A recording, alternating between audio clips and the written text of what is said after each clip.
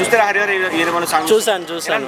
చాలా బాగుంది. పవన్ కళ్యాణ్ గారు చాలా బిజీ తర్వాత అంటే ఒక సాంగ్ రావడం, ఎందుకంటే ఆయన వాయిస్లో మనము ఎందుకే రమణం అని పాట విన్నాం.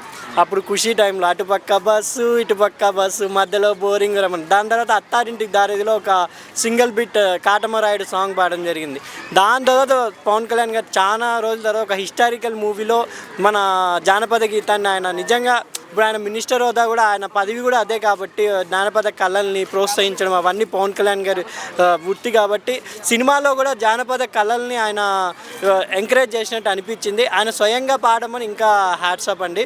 డైరెక్టర్ గారు ఎంఎం రత్నం గారి అబ్బాయి అనుకుంటా ఇప్పుడు ప్రజెంట్ సినిమాకి చాలా బాగా టేకప్ చేస్తారు. ఇప్పుడు ఆయన పాలిటిక్స్ తర్వాత ఒక 2 ఏళ్ళేమో గ్యాప్ తర్వాత ఈ సినిమాతో రాబోతున్నారు. ఈ హాలిడేస్లో నిజంగా అందరికీ పండగే అనుకుంటున్నాను.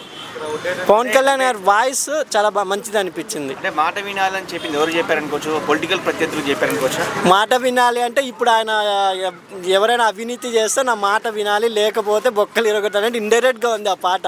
ఎందుకంటే మాట వినాలి అంటే ఇప్పుడు ఆయన హోమ్ మినిస్టర్ హోదాలో ఉన్నారు, డిప్యూటీ సీఎం హోదాలో ఉన్నారు.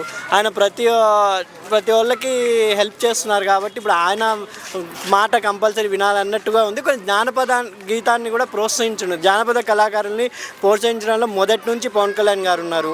నిన్న మీకు గేమ్ చేంజర్ ప్రెస్ మీట్లో కూడా చెప్పారు ఆయన, ఎస్జే సూర్య చెప్పారు ఆ సాంగ్ పెట్టకు ఏ మేరా జహా అని. అయినా నేను పెడతాను, ఎందుకంటే చూసేవాళ్ళు చూస్తారు, లేదంటే పోనీ ఆ అమ్మాయిల సాంగ్ అయితే ఎవరు చూడరు అంటే, లేదు నేను చేస్తానని పట్టుబడి చేశారంట.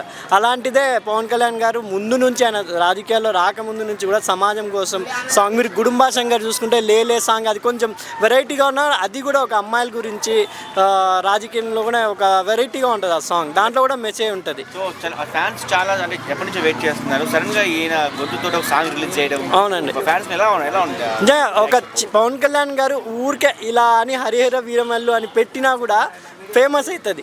అంతా ఒక సాంగ్ రిలీజ్ చేసి అది ఆయన వాయిస్తో అంటే ఇంకా ఫ్యాన్స్కి పండగే. ఈరోజు అందరూ ఎంజాయ్ చేస్తారు. వీగల్లీ వెయిటింగ్ అండి ఈ సినిమా, ఎందుకంటే ఆయన పాలిటిక్స్లో ఉన్నప్పుడు వచ్చే ఒక జానపద గీతం, అది కూడా హరిహర వీరమల్లోని ఒక యుద్ధ వీరుడి గాథ.